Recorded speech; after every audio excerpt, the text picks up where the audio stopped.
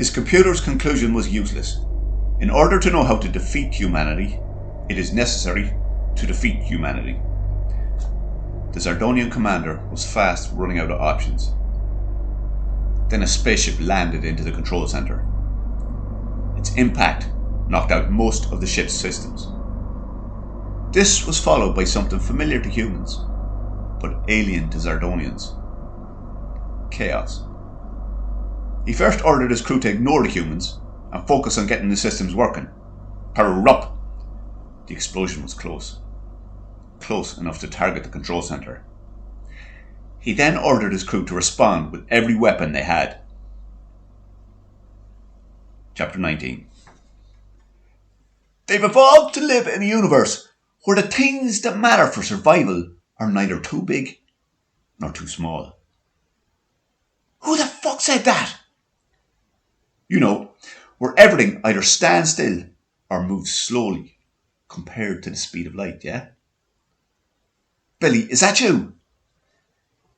It had been an unknown amount of time since Pa sped past Kevin. The collision left a hole large enough to see into the control room, where the van was now buried in an array of panels. Aliens ran frantically past it. They had a bigger problem. Nobody can be anybody else. Kevin strained his eyes to see where the voice was coming from. It was not clear. The only light came from the control room ceiling, and the best it did was make shadows.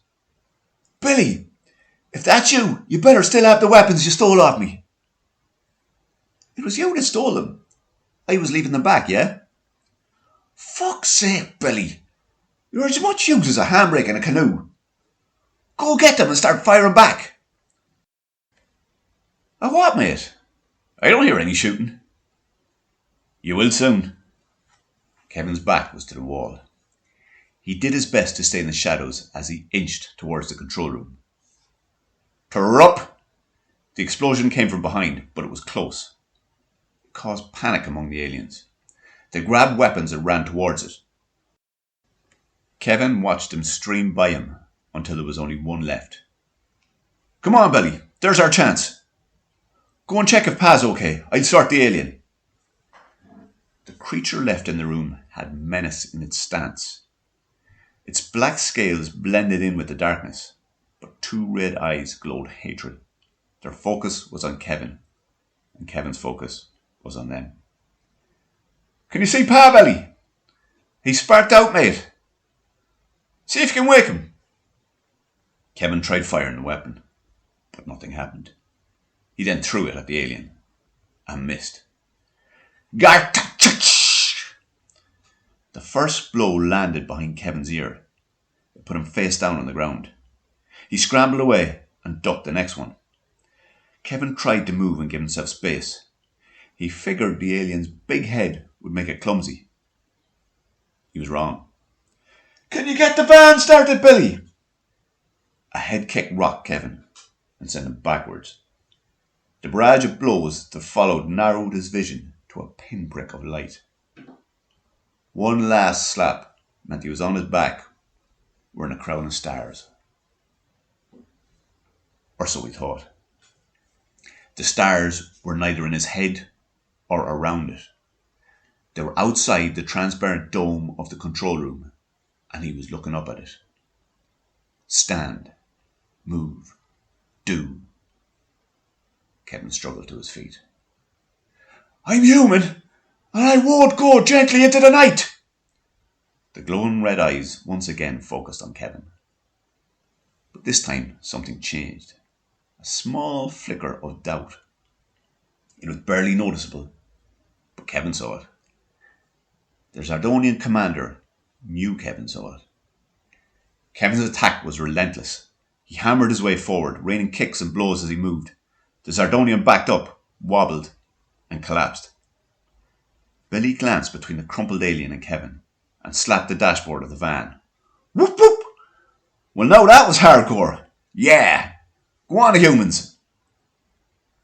Pa sat up at the sound of the roar. What? Where am I? What's happening? You're on a spaceship, mate. You drove a Ford Transit into the controls and your friends just outpunched an alien warlord. Kevin joined them at the van. He climbed in and turned the ignition. Nothing happened. Fuck! He turned the ignition for a second time. Nothing happened again. Shit! He tried a third time. Bram! The engine sputtered into life. Bleep! This vehicle has been irreparably damaged, croaked the Mega Drive. Keep your heads down, lads. We're going to go and rescue the 4 lads. 5 lads, Kev. Jerry McLaughlin is with them. Fuck him. He can find his own way back. Now, crewman T412 came from the outer galactic spiral, the last civilized star system to have been conquered. Of the 564 fighters that had surrounded the humans, only 9 could remember a universe before Zardonian rule. Of those 9, only 1 had lived on a free world. Of all the crew and humans on the ship that morning, he was the only one to understand defeat. Crewman T412 hoped the ship's communicator would also know of a word for defeat. He activated and surrendered. Jerry was struggling to see where he was. Put the guns down before you hurt someone! The collision had caused everything to go dark. Martina, Sandra, and Faf were halfway along the corridor. The remaining light from the control room reflected on the weapons. Why? They might be useful, Jerry. How would they be useful? Have any of you fired an alien gun before? Where'd you get them anyway? Back there, it was 4 of them lying in a heap. The controls look simple enough. Turn up! The round shot up the corridor before detonating. Sorry lads, that was my fault. Just put the fucking things down! All of a sudden, shadows blocked the light. A noise followed. The sound of boulders in a shore break. It was heading towards them. But only Jerry seemed to hear it. Move! Huh? Move! Follow me! The noise was getting louder. Lads, you need to follow me. For fuck's sake, not back that way! Martina sparked a lighter. It briefly showed Sandra and Faf heading one direction and Jerry the other. Jerry lunged towards them and grabbed Faf by the shoulder. This way, away from the aliens. Not towards them. Martina, keep that thing lit. The group staggered around a corner and into a large room. Jerry motioned for everyone to move away from the door and be quiet. Martina quenched the lighter. It felt quiet outside, but every so often a shout and shuffle of feet let the group know something was there. The darkness, combined with the silence, made it hard to mark time. Martina, hand us that lighter for a minute, will you? Jerry sparked the lighter and peered into the corridor. Fuck! What'd you say? Loads of aliens. How many? I can't be sure. Loads. The room fell silent. This is all your fault, Jerry. You said you knew what to do. Now we're all going to die. Don't freak out, Martina. They're waiting for us to move. If we just sit tight and relax, we'll be fine. Relax? What the fuck do you mean relax? Any minute now they're going to smash in here and kill all of us. Nobody's going to die, Martina. Well, now you're talking pure shite. Everyone's going to die. Tell me one person that never died. Shane McGowan. Not including him. The room fell briefly silent again. Well, it's hard to know exactly. I have my suspicions about a few people. Nephilim are immortal. And every Archon is too. Though they like to give the appearance of aging.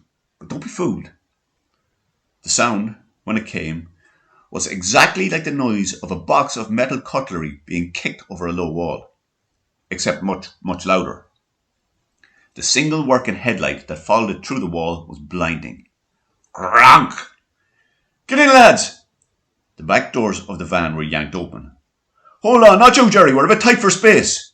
Rat-ta-ta-ta-ta, rat-ta-ta-ta-ta.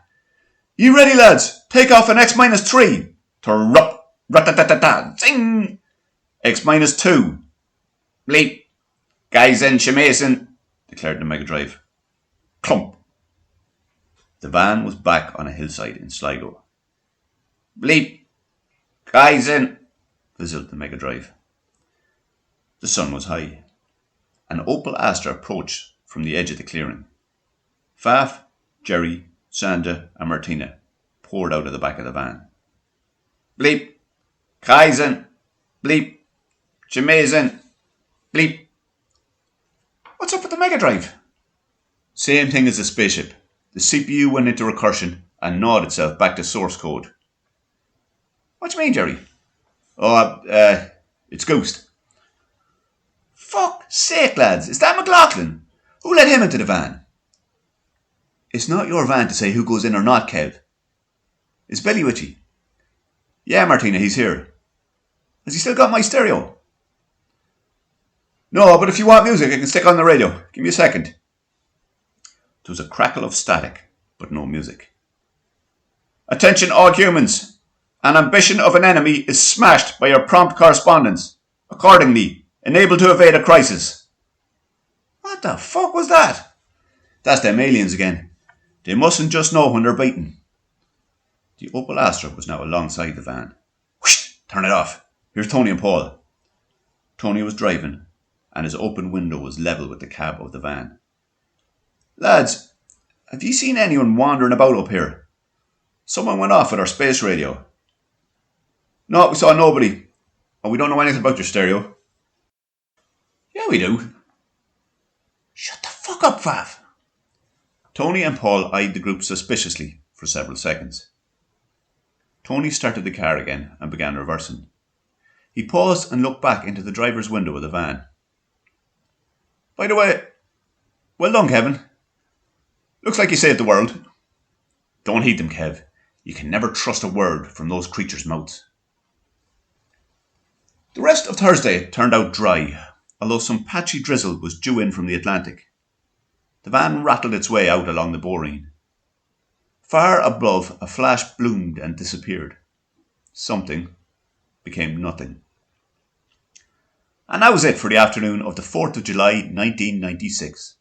A van, a hero, an MC/poet, 5 friends, and the broken remains of the world's first superluminal hyperdrive. Kaizen Shimazin. Every Zardonian knows the words, but no Zardonian can say what they mean. The 2-word automated message became the last transmission from a missing flagship. They have been carved into a monument outside Zardonian Space Fleet headquarters to preserve the enigma.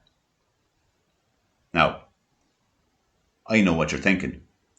You're thinking, surely Zardonians know where Earth is. Won't they just build an even better flagship and set out to get revenge?